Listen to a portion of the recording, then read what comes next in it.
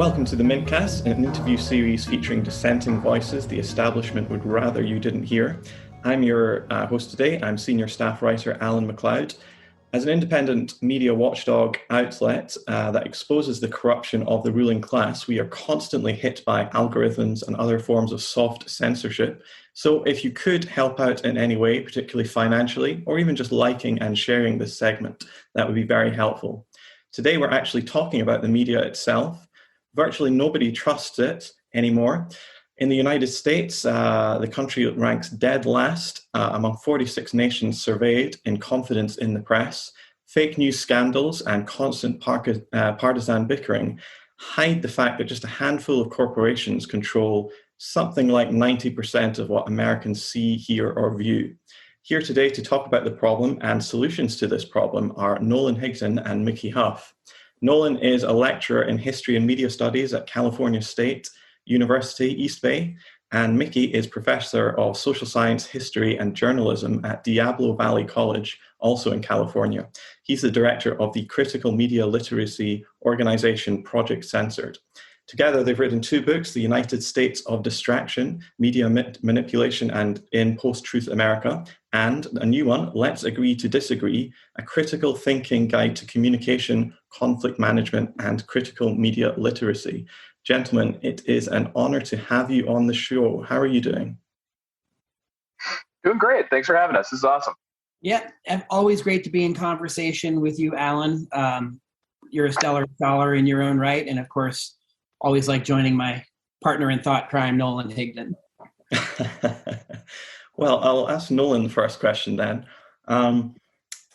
We always hear about fake news a lot. Many people think of it as a very new and modern phenomenon. It seems that it was really came into public consciousness around the time of the 2016 election.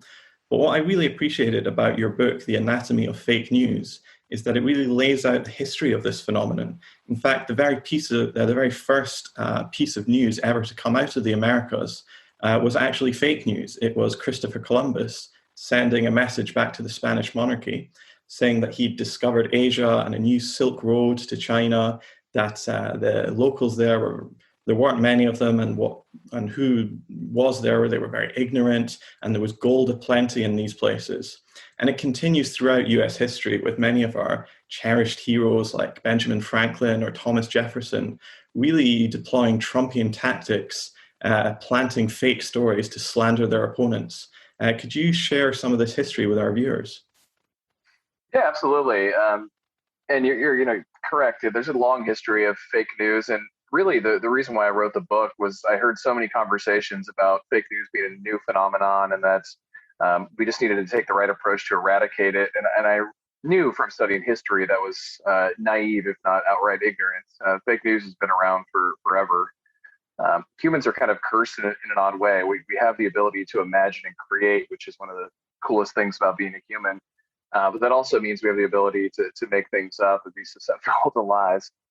And those falsehoods have been around forever. So, in the text, I cover mostly from an American history of just how fake news has always been a problem. It's always been a part of American discourse. Our government, other governments have lobbed fake news at the populace.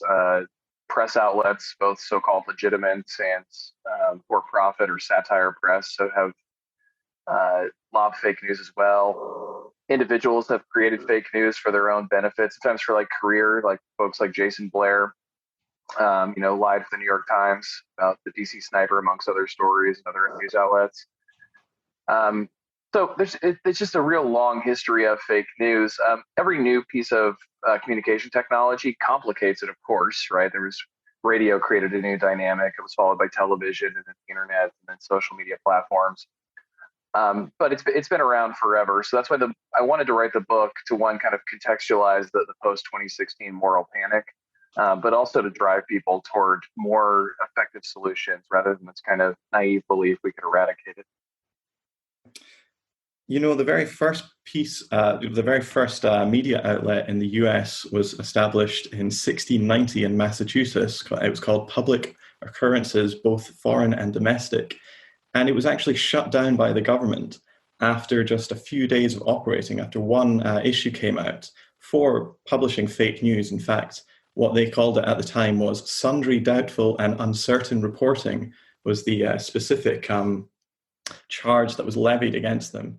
But yeah, going through history, it's just incredible. Even people like Edgar Allan Poe was his first job was to be, just employed writing these lurid fake stories for the press of the Gilded Age, who, those owners were really started the practice of using xenophobic fake news in order to deflect readers' anger against the business practices of the wealthy. And if that sounds at all relevant to today, well, just stop me now. Yeah, I guess the flip side of fake news is the sort of the suppression of real news, and that's where I want to get to you, Mickey.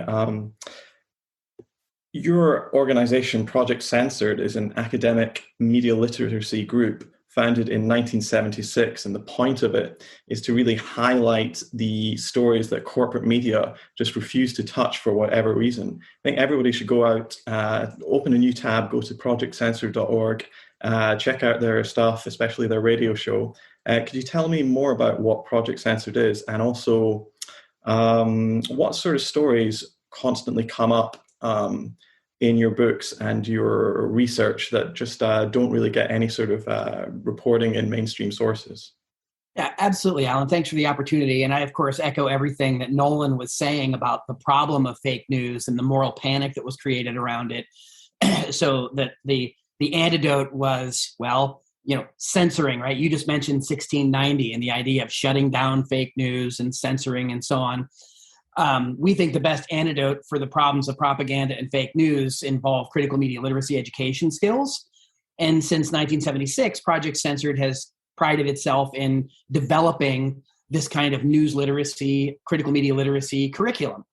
And so we are in the line of work of education, where we think that people are most likely to determine what's going on when they understand the rudiments of critical thinking, when they understand the breadth of sourcing, when they have even basic knowledge of things like the propaganda model that you've written about a long time, Alan, from Noam Chomsky, Edward Herman from 1988's classic book, Manufacturing Consent, riffing on earlier propaganda problems. They weren't problems at the time. They were actually specifications from people like Edward Bernays about how narratives need to be constructed by elites and people need sort of kowtow after them, and journalists are supposed to set narratives and agendas, right? Well, that kind of really goes at odds with what we think journalism is. And riffing on George Seldes in the 20th century, journalism isn't about being impartial and objective, which is impossible because of our cognitive and implicit biases, or overt biases for some. But it's really about telling the public what's going on. It's reporting in a transparent way. It's by following the Society of Professional Journalists Professional Ethics Code, right? Which is about reporting, causing no harm, reporting transparently. These are kind of basic rules, but they're pillars of the journalistic ethical community. And I say that because there is a wide swath of the journalist community that I would argue is, something other than ethical, right? It's driven by other causes or other agendas that aren't in the public interest. So what we do at Project Censored is we highlight the independent, non-corporate sources of information that are not objective, but they are highlighting information, facts, transparently sourcing them about key matters that matter, the key matters that are of significance or import in society, but that the corporate press either don't cover them at all, or when they do, they frame them or they spin them and they distort the information.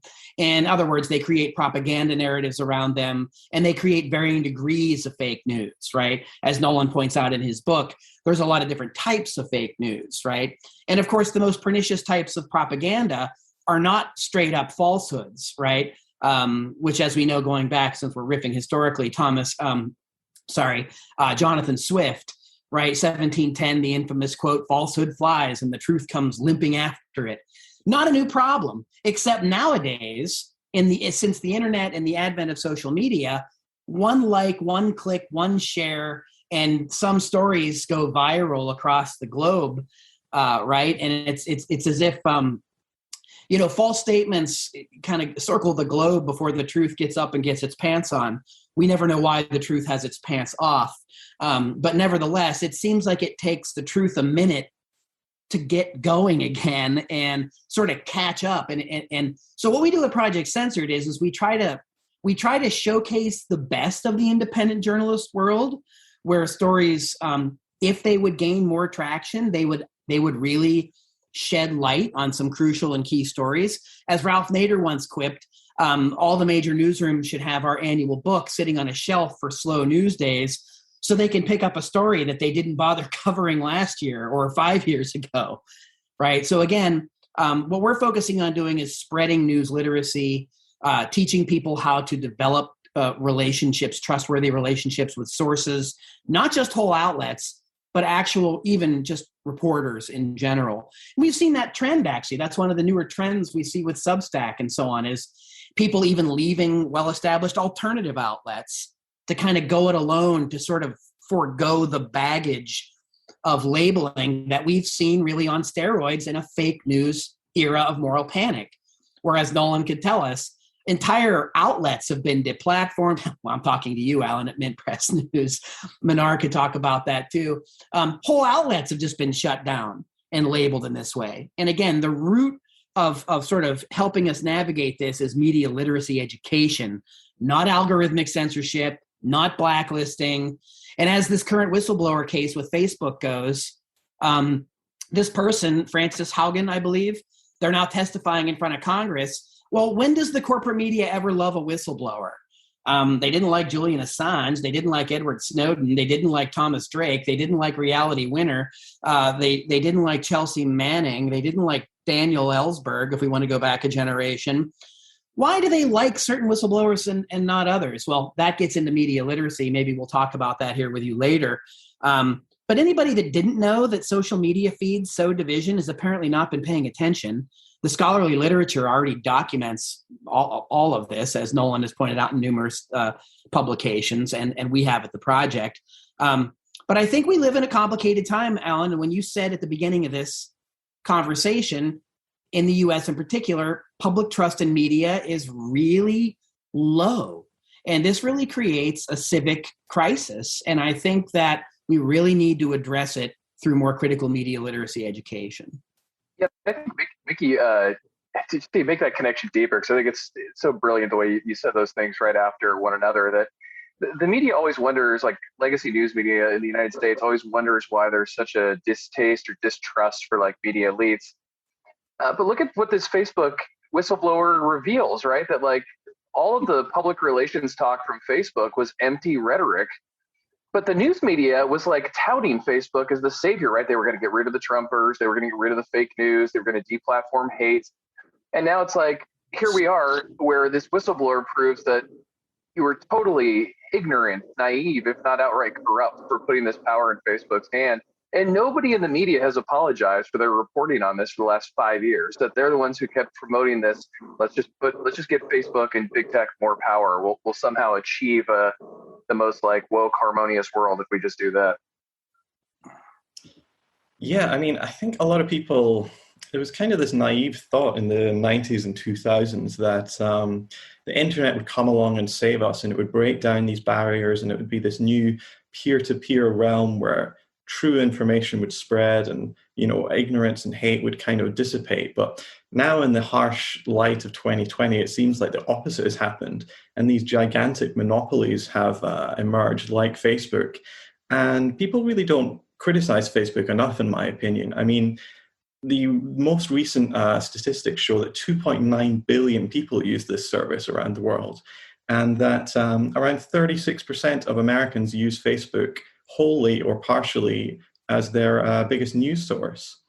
And that means that that's about 100 million American adults use it. That wipes the floor with CNN and Fox News and MSNBC, who, a lot of these channels are lucky if they've got 1 million people tuning in. And Facebook has this enormous power, and it's just not scrutinized. I mean, one case which has, been in the news in the last couple of years is the case of Myanmar, where Facebook has this huge monopoly over communication there, because for the longest time, they allowed the people of Myanmar to use the data for looking on Facebook for free, which is really important in a poor country with not great internet access. But when the massacres of the Rohingya people were happening, Facebook was contacted and said, "Look, listen, people are organizing a genocide on your platform. You have to take action." And they were extremely slow to do anything, talking about free speech. But then suddenly when Australia and their politicians start talking about regulating Facebook or taxing them, they hit the nuclear button immediately and just said, no more Facebook in Australia. That blew up in their faces, but I think it shows their priorities. So, I mean, I guess my question to either of you is, what is to be done about all of this, about the situation with Facebook, with social media, and generally this culture that's emerging? I want to, I'm sure Mickey has a lot to say on this. I want to talk about the first part of your question. I think Mickey's probably got a lot to say about what can be done or should be done. The interesting thing about since the 1990s is there was this techno-utopianism that, if we just add more technology to everything, we'll make it better. And Meredith Broussard says it morphed into like this techno-chauvinism, where it was, oh, just don't worry about it. Don't ask questions, add tech, it'll solve the problem. One of the real problematic areas is the American left really bit hard on this techno-utopianism, and they developed a whole sort of online cultural movement that largely replaced liberal politics. And so leftists and progressives think that they're holding people accountable or that they're doing meaningful action online. And because there's no real weight supporting that, the left has largely collapsed under itself in this country because of that. And ironically, as Angela Nagel points out in her book, Kill the Normies, it was right-wing circles, the so-called alt-right, who used that space to launch their power. So while Facebook's kind of talking this like techno-utopian manner from the left, they kind of miss how it's really served against left politics in a lot of ways in the United States. I think that's an important context here we talk about, because whenever we sort of get into the ways in which there should be maybe regulation of the industry, breaking up big monopolies, more transparency, all those kinds of things, there's pushback from leftists who say no, we're using this platform meaningful ways to enhance our democracy, organize. And I think we need to really have a reflection on that, because that's not the case. It's not bore out in the data. Yeah, and to build on what Nolan is saying, these private corporations are relatively unaccountable. They all got started with public support and public money going back to DARPA in the 1950s. They claim that they have proprietary algorithms and it's not affected by the First Amendment because they're private corporations. And we see sometimes people like the head of Twitter, reluctant to censor anybody, but then ultimately capitulates and they'll wipe out a Trump. But meanwhile, as Mint Press News has covered, 800 other sites have disappeared or been deplatformed that were progressive or left, right? And so it's interesting that among a lot of the groups crying about the problems of social media, they're actually arguing that fact-checking and censorship is the way to go. And who fact-checks the fact-checkers? And as Nolan was suggesting here, this techno-chauvinism is that, we can just create a better technology to fix what was wrong before and what has subsequently been broken by that technology. Well, again, this is a nonsensical cycle.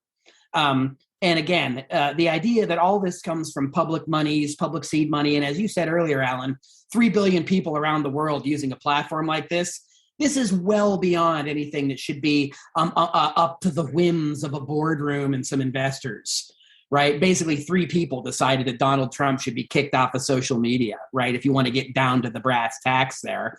If that's not some kind of technocratic fascism, I don't know what is.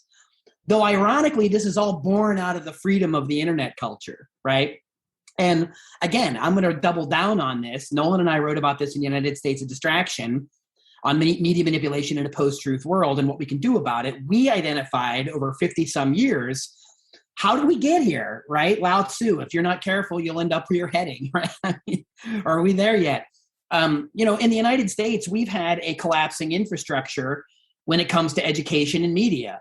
So if you take a look at some of these major problems that didn't develop overnight and you begin sort of chipping away at them, you can begin to rebuild a foundation of a critically thinking society that appreciates diversity in media as the backbone of a stronger democratic republic, right? Which is in theory where this starts, but it goes way off the rails. We have a pervasive commercial entertainment culture, number one, and that gets worse by the day. We have become increasingly hyper-partisan in over the last half century, meaning like off the rails worse than even in the Cold War. We have a deeply fragmented media landscape exacerbated by social media. Alan, you just said that somewhere near 100 million people are on a particular platform. I mean, Tucker Carlson's lucky if he gets a couple million people a night watching, and that is considered the record audience level, right? So where are people really getting information? You said it. Social media is not a journalistic outlet, right? And it appeals to people's confirmation bias. It's the worst possible recipe for people to get accurately informed about the things going on around them. And of course, the last thing we pointed out, other than a fragmented media landscape, was that we have an ineffectual education system that's not based on critical pedagogy. It's based on rote memorization, and it's based on, trendy, faddish corporate slogans that are replaced every 5 years, right, or 10 years, whether it's no child left behind, race to the top, fill in the blank. We can't have a conversation about what's wrong about social media and journalism without addressing all of these historical contexts, which we do in our publications and in our show and in our movie, United States of Distraction, that you can see online for free. That was narrated by Abby Martin of the Empire Files. But we actually go through a whole section in our book called Make America Think Again. And our next book at Routledge is called Let's Agree to Disagree. It's a whole primer on critical thinking and critical media literacy that's connected to conflict resolution and communication. So now we're trying to address the situation that social media has just absolutely exacerbated to a point to where we have people running and reaching for alarm buttons like this Facebook whistleblower. Is she really telling us anything that we didn't know or suspect? Or is she a Trojan horse for more censorship, more control?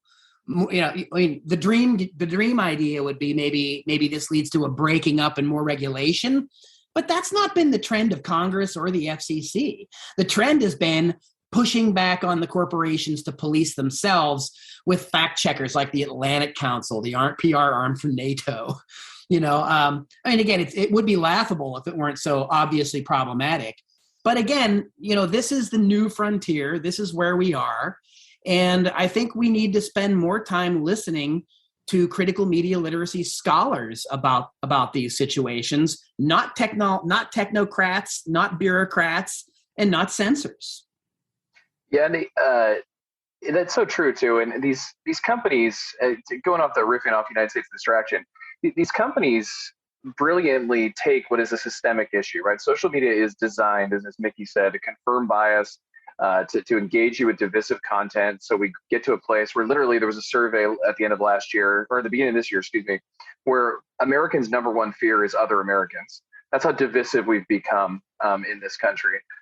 And so you get to this place where it's clear that the platform is systematically is contributing to it. Even the whistleblower said this, that when Mark Zuckerberg tried to push pro-vaccine information, the platform is built in a way it's so divisive, he actually helped amplify anti-vaccine information. So that's the way this thing is designed. But with the brilliance of what they do is they take it from a systemic issue and they make it an individual issue. Just people who believe this idea will remove them, or this figure will remove them. Well, simultaneously, they have this program that protects elites. So if you're in power, elected office, if you're a wealthy person, you're not held to the same moderation standards as everyone else.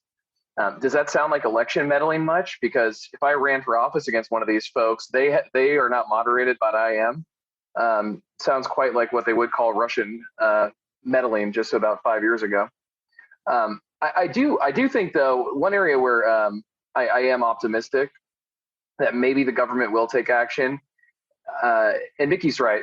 Throughout this whole social media experiment, our bureaucrats have always sort of responded to everything as a partisan issue, right? So leftists would get upset and they'd go after Trump, and then the right wing get upset that accused Silicon Valley of pushing like liberal content. It was always through this like partisan lens. I think the emphasis though on children's health and the fact that Facebook is targeting children and knows their platform is against having undue health effects on children. I really hope that child health does not become a partisan issue. I'm pretty confident it won't. I may eat my words because this is the United States of America, but I hope that is something that can bring Americans together to be like, we got to do something about this. You can't have friggin' 12-year-old girls with going through these undue health effects and body dysmorphia. There's nothing. I just don't say you could spin that into a partisan issue, but maybe I'll be proven wrong. Yeah, I mean, in the past few decades, tribalism and partisanship have, really gone through the roof, especially in the US, but really everywhere in the developed world. I mean, every November and December, Thanksgiving and Christmas, people are, scared or anxious to even go back to their family because they know they're going to get in these arguments with their uncle or their granddaughter. And so much of this is being pushed by media sources, not just the likes of Facebook, but certainly them, but also the legacy media like Fox News. I mean, I remember they did a segment. It was all this inflammatory thing about how Democrats would rather their daughter bring home a member of MS-13 than a Republican. And then Democrats responded to that by saying, yes, we would rather have their daughters go out with, gang members. So there's just this real, juncture, this dislocation. And I'm certainly not somebody who looks back on broadcast media in the bygone era as good. There was so many problems with it, like who got to speak, who didn't get to speak, who controlled it. But at least back then there was the sense that broadcast really was broadly cast, meaning that everybody had this sort of same set of opinions, of a baseline assumption about how the US works, and you could go from there. But in this era of social media bubbles, I'm not sure how we can get back to that. And I suppose that does bring me to your book, Let's Agree to Disagree: A Critical Thinking Guide to Communication, Conflict Management, and Critical Media Literacy. Does one of you want to talk about that and why you wrote it and what you're really looking to do with that book? Well, I'll kick it off, and I know Nolan will have a lot to say about maybe some of the more specific contents. But everything that you just noted, Nolan and I actually even wrote about this, the issue of going back to the purportedly hyper-partisan 50s, the McCarthy era, right, or the heights of the Red Scare in the 60s. The examples like you just mentioned about, family, societal arrangements, we're far more tolerant, even in the intolerant 50s, than we're seeing in the current extraordinarily hyper-partisan climate that we're inhabiting. I mean, it's not just hyper-partisan for people who are in it and paying attention. Nolan and I also, one of our day caps is historian. So we can't help but look at history to help inform the present. And that's really what drove this idea to write this book, Let's Agree to Disagree, is that there's, in this so-called cancel culture that we inhabit, we have people on the left decrying the overt censoring of the right, and they're trying to censor critical race theory, and they're censoring racism and so on. And then on the other side of the spectrum, they're censoring speakers, and they're censoring platforms. And basically at the root of it, what we ended United States of Distraction with was a segment called Make America Think Again, which is kind of joking, tongue-in-cheek, right? Not suggesting that we forgot how to think or we never thought or what have you, to get into the partisan weeds of it all. But what we were saying is that we've moved away from get the facts first, and we've moved way more towards, I've already got my mind made up, now let me go and prove it to you. And it's backwards, right? Mark Twain quipped, get your facts first, and you can distort them as much as you please. Right. The late Daniel Patrick Moynihan of New York in the Senate said, everyone's entitled to their own opinion. No one's entitled to their own facts. Well, that's kind of riffing on what you were suggesting about the broadly cast world, right, of bygone days, not the rose-colored glass but you get what I'm saying. We've way moved away from just nuts and bolts reporting to where almost all forms of journalism are some type of opinion journalism, some type of first-person experience journalism. And again, I'm not saying those are bad. What I'm saying is they're different. And what we see on the major cable outlets, whether it's Fox, MSNBC, or CNN, they're so completely wedded to an ideological brand that you can't even have modest criticism that goes against the brand on a given network without people being decried as heretics, right? The Jake Tapper just happened with Jake Tapper on CNN not long ago, saying like, maybe Biden's making a mistake by hyper-partisaning vaccines. Maybe he shouldn't be calling it a pandemic of the unvaccinated, which is an unfactual statement in several ways, and also purposely pits people against each other in an area of our lives where we shouldn't be. I mean, this is one example, but even at CNN, to even have a modest discussion or disagreement, which would resemble a journalistic debate, it's verboten, right? And that right there in a nutshell, there's a billion other examples, but that's really what needs to change. We don't have, social media does not model functional communication. Okay, it's the opposite. The book we did purposely tries to model, what does this look like? Why is it important to have theoretical backing in social science? Why is it important to have basic media literacy skills? Why is it important to understand representation? Why is it important to understand how to construct a logical argument and avoid fallacies? What are some basic things we can bring to the table about being critical listeners, compassionate listeners, and how can we elevate our cultural competency to understand people who are different than we are, right? Those are the things that we can all do to bring to the table, right? But much like the pandemic, many Americans want the quick fix, the quick shot, and what have you, to fix a problem that's long time in the making and ravaging the world as we speak, right? We need a more long-term approach, to what's been referred to as an infodemic, right? In many ways. And we really need to go back to the core of understanding how to critically think, how to communicate, and even how to agree to disagree. Yeah, and I think kind of to riff off that, to Mickey's point, this book is really kind of our plea. We went on our last book tour. We kept getting asked, well, like, I want to talk to the other side, or I disagree with so-and-so, but I don't know how to talk to them. And we sort of followed that line of thought, like, what is it that prevents people from being able to talk? We both have studied democracies throughout history, and believe me, they've all had their problems. But generally speaking, the people have recognized that they share some space, even if they totally disagree on policy issues, and they're able to communicate as such. But we just saw that there was something in the culture. We were out there talking to people that it was just so divisive. So this book was basically our plea for democracy, right? There was all this talk in 2020 about how democracy was on the ballot, which wasn't true. But it was still the idea that people were talking about democracy, they cared. And we took sort of a radically different direction. We said, we care about democracy, but it's not going to be a once every 4 years you turn out to vote and protect it thing. We got to change the culture. We got to change the way we get information. We have to change the way we communicate. We have to change the way we think about each other and ourselves. And so that's really what this book is. It comes into kind of that moment, this moment where about half Americans tell pollsters that they think they're going to see a civil war in their country in their lifetime. I mean, that's insane. There's nothing more antithetical to a democracy than a civil war. And part of the thing that I think complicates it, and that we really emphasize this in the book, is that our media system is now trying to keep up. Our news media system is trying to keep up with social media, in that it's rapid. It's trying to always distract us, change our direction, find the newest outrage. It's an outrage machine. A moment ago, you talked about visiting family members. I mean, sometimes you see folks that they're just going on about some story I've never heard of, right? They'll say like an undocumented immigrant, is burning buildings. And I'm like, what? Where did you hear this? But it's these outraged, total fabricated stories that they're fixated on. And the prime example of this was Afghanistan. I couldn't believe how many people had an opinion on Joe Biden pulling the troops in Afghanistan, because for 20 years, I could not find a person who had an opinion on Afghanistan or knew what was going on in Afghanistan. But all of a sudden, we were 330 million experts.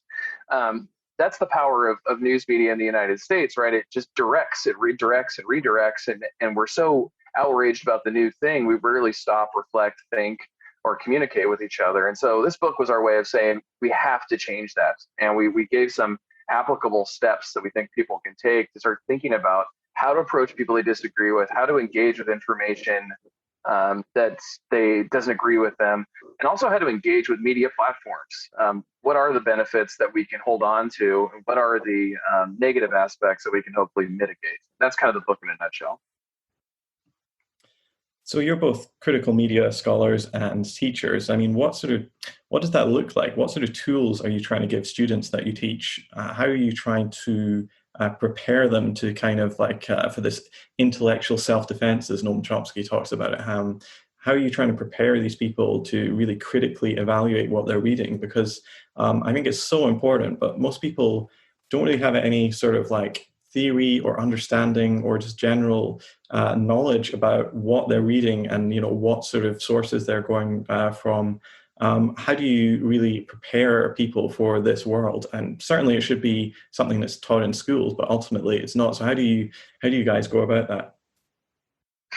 I'm going to start. I'm not being ageist, but I want to say that Mickey has been teaching critical thinking for a lot longer than me. It's got sort of fabulous record, to say the least. So he's going to, that aspect he can definitely talk a lot about, but kind of closely related, I guess this is kind of a question for Mickey, that I've noticed in my teaching. We both teach in higher ed, and content-wise, students are engaged. These are the things they're thinking about. They're ready to debate these things in the classroom. We try and bring in topical issues in both of our cases. So whatever kind of topics are out there online in legacy media, we use those as examples that we can help teach critical thinking and critical media literacy. So these are things like cancel culture or Trumpism or whatever it may be. We purposely bring that stuff in the classroom to show that you can have these discuss controversial issues in a responsible and a professional way. And that's a good window to do that. I think one of the challenges that we face, and this is where I think Mickey would be really interested to jump in here, is a lot of students, even though they're interested in the content, they're used to a different learning style. That is, so much of our K-12 education in the United States is fixated on bubble filling and finding the right answer. Where you come to a critical thinking classroom and the emphasis is on, look, think your way out of this. What evidence do you have? What evidence do you not have? What assumptions are you making that are baseless? So reflect on your argumentation skill and the argument you're hearing.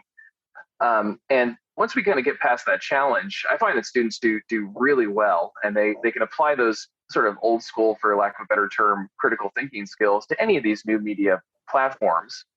And in the process, we say, don't just think about what's true and what's false. Think about the power dynamics that are at play. Who does this argument benefit? How does shaping this argument in this way privilege one group over another?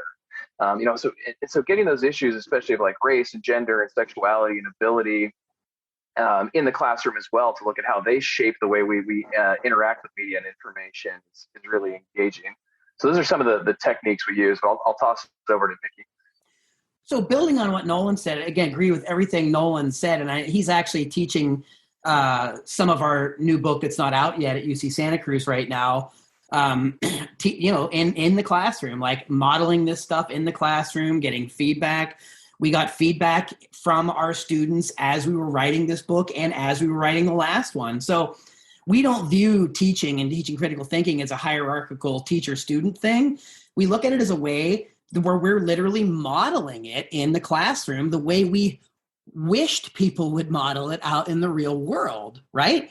With real histories, real current events, real contentious issues, but with the toolbox right front and center. The critical thinking toolbox, for lack of a better word. I know that's hackneyed and cliche, but the toolbox is there. And what we encourage people to do is to bring it with them everywhere they go. I know that makes you popular at parties and family gatherings. But we got to bring it. We got to bring that game, right? We've got to, because those are the rules to the game.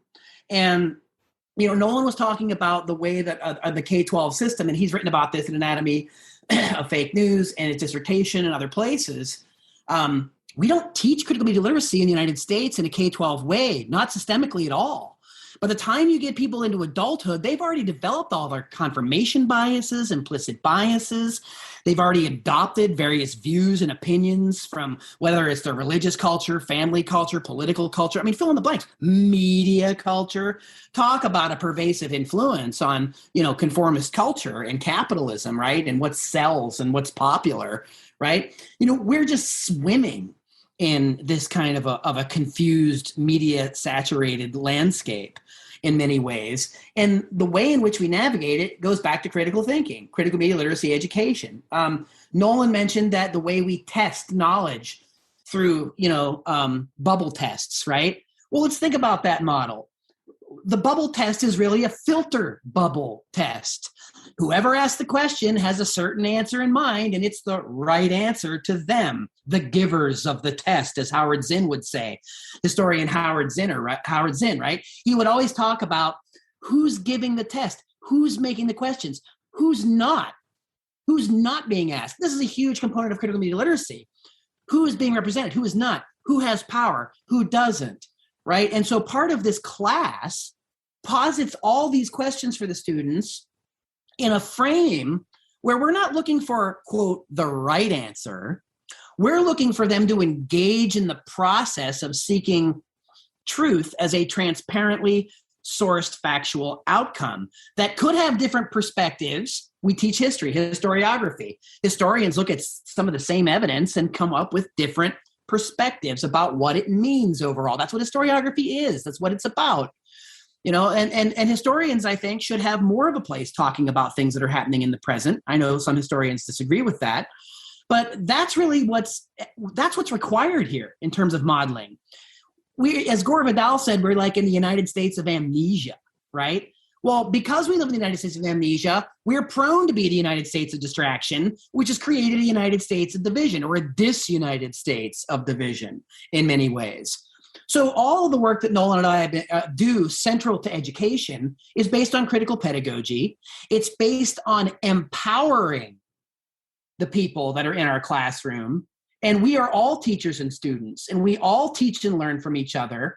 But we hold up these principles. We hold up Society of Journalists professional ethics codes, right?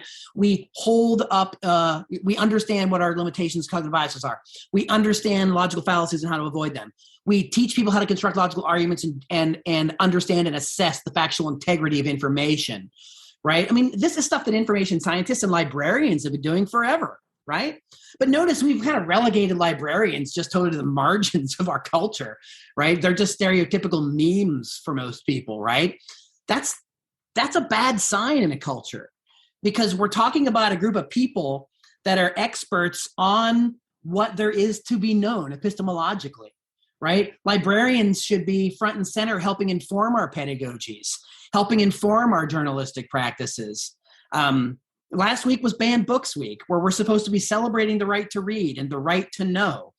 Yet here we are in a social media world where censorship is pervasive, where we have people both decrying it and cheerleading it, right to left, right? Those are all signs that we have a dysfunctional information system. And I'm going to sound like a broken record and dating myself because I'm talking about records. We need to have critical media literacy education.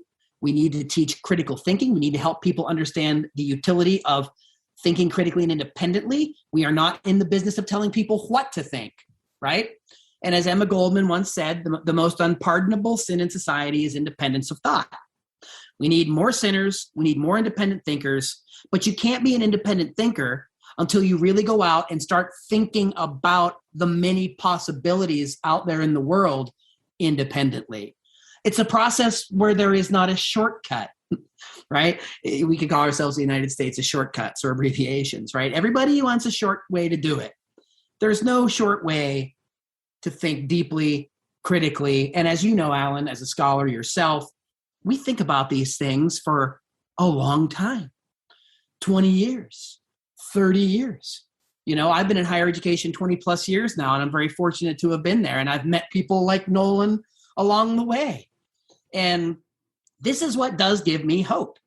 It's the students. It's the people that are hungry for knowledge, that want to know, and that know that we can do better. We can have a better media system. Part of that solution goes to things like Victor Pickard talks about, the public funding, right? We need like $30 billion to fund a true public independent media system in the United States, which is totally doable because that's a drop in the bucket compared to what we throw at the Pentagon or something else.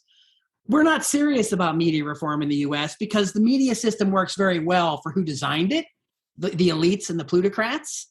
And the last thing those people want is we, the people, having the keys to drive our own information cars on our own highways, right? That are done in the public interest, not private, and that abhor censorship and welcome diversity of viewpoints. As don't get to quote slave owners like Tom Jefferson every day, but if I did, I'd go back to the inaugural address in 1801 where he said, "Let error of opinion stand where reason is free to combat it."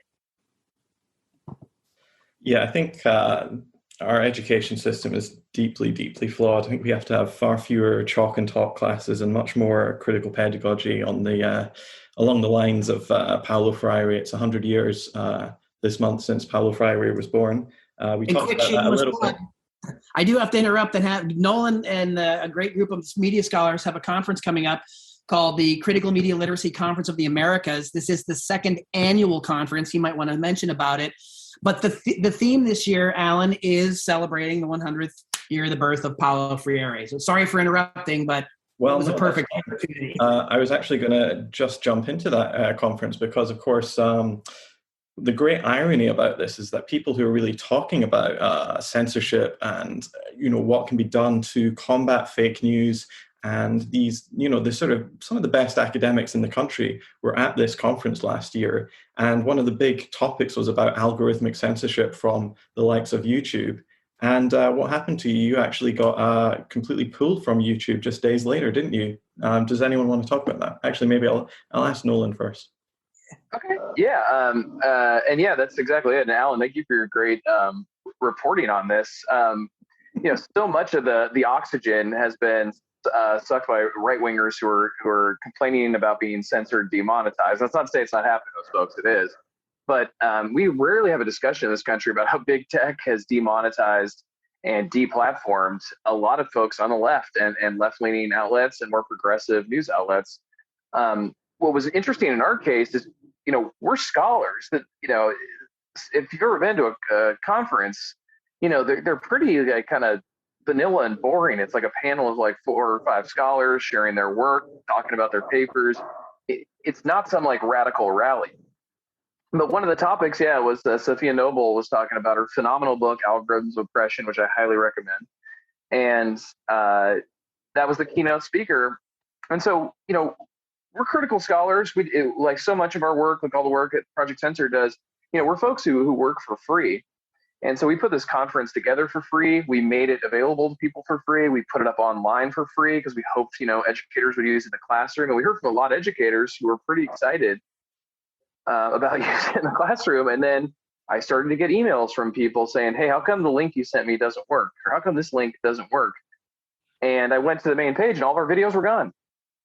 And YouTube still has yet to give a reason for why they were removed. At one point, they claimed the videos never existed, as if we all fabricated this conference and these videos, and all these educators had created these links. It's total insanity.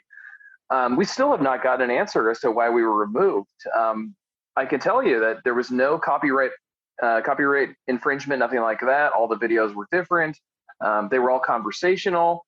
The topic was criticizing, big tech in a lot of these videos, and I think that's very interesting. We think about the removal of that content. But yeah, it was like being in an Onion story. You tell people that your conference on algorithmic censorship was censored by an algorithm, and they're thinking it's a punchline. But I'm like, no, this is my life. This actually happened. Yeah, it did happen. Sorry, I know you've got to go very soon, but yeah, I will ask you about that deep irony. And also, I know that you've talked about that this isn't, a completely isolated incident. This has happened to other groups criticizing different platforms as well, Nikki. So feel free to riff on that and head out if you need to. No, I'm good to ride out with you all. This is a great conversation. It's an honor to be here on with Mint Press, with Alan, with Nolan. One of the big stories often that's gone through some of the Project Censored documentaries is, one of the biggest censored stories is Project Censored. There's a big culture in this country that historically couldn't seem to wrap its head around the fact that we have a free press system and censorship too. Right. And so this conference, again, as Nolan put it so beautifully, sardonically, like it was like an Onion headline. And, you were one of the few journalists that covered it, Alan. We tried to get some people to cover the story. We ended up putting together an entire series of events with the Real News Network with Max Alvarez around this, called The Long Silicon, Power and Censorship in the Digital Era. It's a 3-part series that Nolan and I were part of.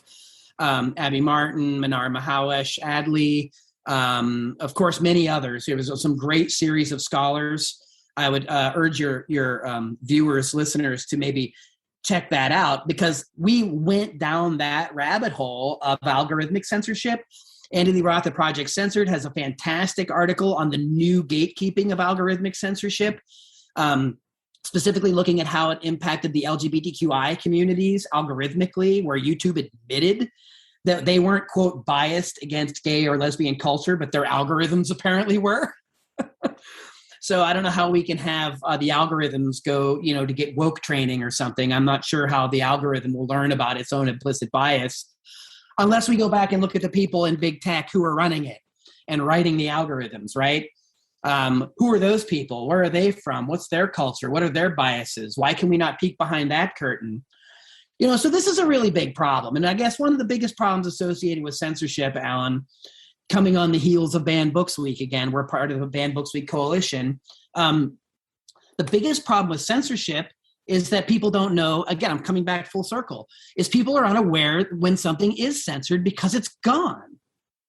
And if we don't focus on the culture of censorship that exists, whether it's algorithmically, whether it's old school government censorship, whether it's marginalizing certain voices, censorship occurs in many guises, and we have to oppose it. It's anything that interferes with the free flow of information in a society that purports to have free press principles. Now, look, we have rules and guidelines. They're sketchy. They're not always agreed upon per se, but we have codes for hate speech, right? We have certain lines of speech that you can't utter without consequence, right?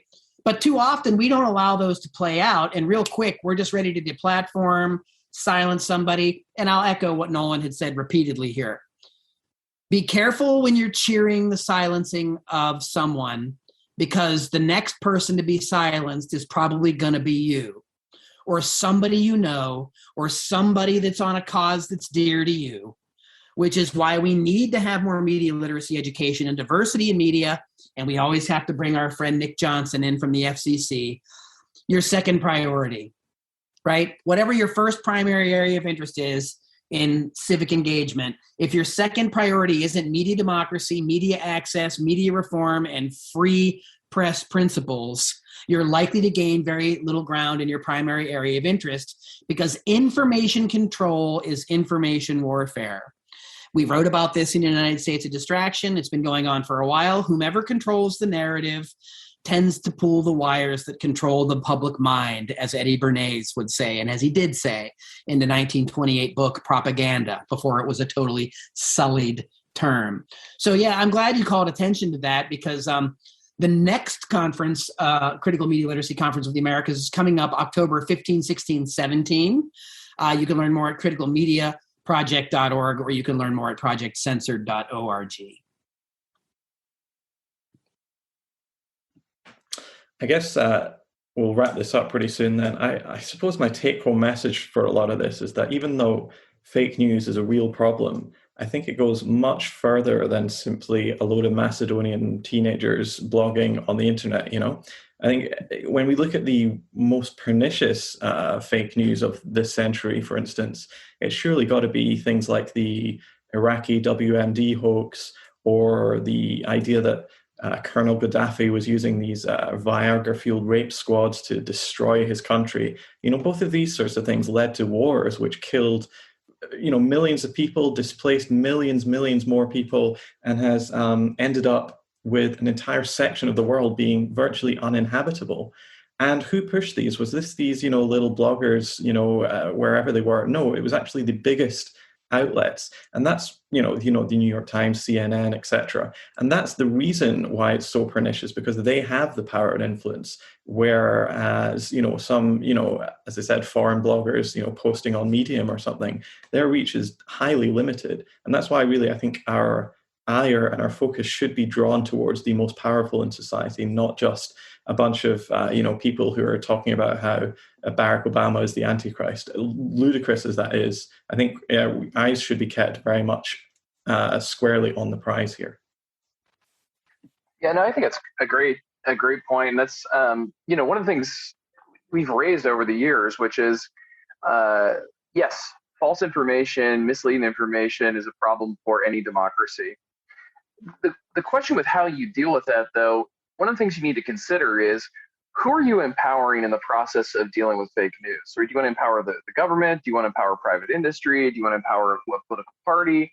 And that question has real implications. Because one of the things we've noticed throughout history, and I write about this in the Anatomy of Fake News, is that everybody will jump over themselves to solve the fake news problem because they see an opportunity to empower themselves and spread their own propaganda.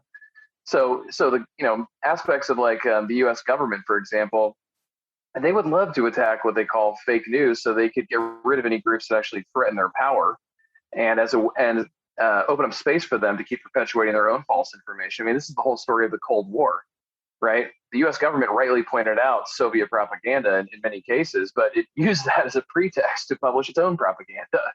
And that trend occurs over and over again. And I think, Alan, the way you used many of your examples there were tied to war. The old adage about first victim of war is truth, right? That truth always is a victim when it comes to war, because you have to convince the people to go against their very basic instinct, right, which is to not murder someone else. So there's a link, and I show it a lot in the Anatomy of Fake News in history of fake news and war. So I think those are really critical questions and a great takeaway for folks. Yeah, and as Nolan was just saying, I mean, we could go rattle off a list, whether it's the Spanish-American War in 1898 with the great propaganda campaign, Remember the Maine, the newspaper pictures, etc. World War I, the 4 Minutemen, the Creel Commission, Eddie Bernays, World War II. There's lots of problems with the early narratives of World War II and involvement in World War II, from Pearl Harbor to the dropping of the bomb. We got, the atrocities of Korea, No Gun Re, all under the table, all parts of propaganda campaigns that hide the atrocities of the U.S. and manufacture the atrocities of others. Gulf of Tonkin, WMD, what the Pentagon Papers revealed, what we learned after WMD fiasco.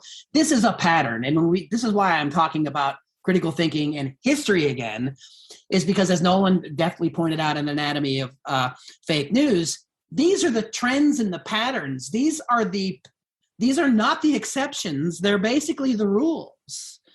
And to ignore that evidence is willful. To not teach it is to seriously, dangerously flirt with creating a dangerous public that can succumb to demagogues. And we've seen that happen historically, and we've even seen it happen here. Yes, it can happen here, Sinclair Lewis. It'll happen differently, right? Wrapped in flags, in other ways. But again, there's one other component here, and Nolan's talking about, I think, something that we don't want to lose sight of, and we don't want it to be trite: the pursuit of truth, right? The Rand Corporation, whom we don't get to cite every day, certainly does accumulate a lot of interesting studies. And one they did a couple years ago was called Truth Decay. And Andy Roth and I at Project Censored found ourselves looking at it for different reasons. And we agreed with many of their findings for different reasons. But it goes to the root of what Renee DeRessa wrote about, too, for New Knowledge, about the fact that we're in an information war. This was all swirling around Mueller and the Russia Gate, and that, if you don't choose a side, you'll automatically be a victim and a pawn in the war of information. Well, scrap that. As Rabindranath Tagore, the Indian poet, once wrote, truth comes as a conqueror only to those who have lost the art of receiving it as a guest or a friend. That lies with us. And we need to model and create institutions that seek truth and are accountable about transparently reporting it as the standard, right? That's the standard of reporting, and truth-seeking becomes noble, not something that's part of my partisan cudgel to bludgeon other people into submission, but to really build consensus and understanding where we can use our differences as strengths, not weaknesses, and we don't allow them to be used against us by a technocratic, plutocratic elite that's pulling our wires through social media confirmation biases in many ways. And last, there's some important truth to uncover here, and Nolan had the good fortune of actually studying with the historian Catherine Olmsted at UC Davis, and Susan Merritt, a librarian that's worked with stuff that Project Censored before, pointed this out in several of her chapters. One of the things that we've been talking about for the last several years over and over and over again is the danger of conspiracy theories, right? And that kind of language is pervasive, right? Conspiracy theories about world population, conspiracy theory about vaccine, conspiracy theory about pizza places and pedophilia and Democrats. It's all over. But here's a really interesting thing that as an historian, Olmsted pointed out. She said that more often, however, the culture of suspicion created by revelations of government conspiracies undermines democracy. When citizens cannot trust their government to tell the truth, when they are convinced the public officials routinely conspire, lie, and conceal their crimes, they become less likely to trust the government to do anything. So starting to sound familiar? The result is a profoundly weakened polity with fewer citizens voting and more problems left unaddressed for a future generation that is ever more cynical about the possibility of reforms. Well, if past is prologue, back to Lao Tzu, are we there yet? And I would argue that people don't have outlandish conspiracy theories, to quote George W. Bush, who said we should never tolerate them about 9/11. Here we are 20 years later. But we wouldn't have to deal with them if we actually had transparent sources of news and information that weren't part of filter bubbles, that weren't part of a hyper-partisan landscape, that weren't built on a society that lost the ability to think critically and independently. Back to USOD. We didn't end up in this situation overnight. We're not going to get out of it tomorrow. It's going to require a generation of teaching. And hey, 100 years, what a better way to celebrate Paulo Freire. We need to continue the tradition of critical pedagogy, scholarship, to build our understanding and build an informed generation of people that really understands why we cherish the truth and why it's worth seeking and reporting about. You've said it all, Mickey and Nolan. Thank you very much for joining me today. Please, if you're watching this, do check out their work, especially their books, United States of Distraction, Media Manipulation in Post-Truth America, and the new one, Let's Agree to Disagree, a critical thinking guide to communication, conflict management, and critical media literacy. Thank you very much, gentlemen, for joining me today. Thank you. Thanks, Alan. Always a pleasure.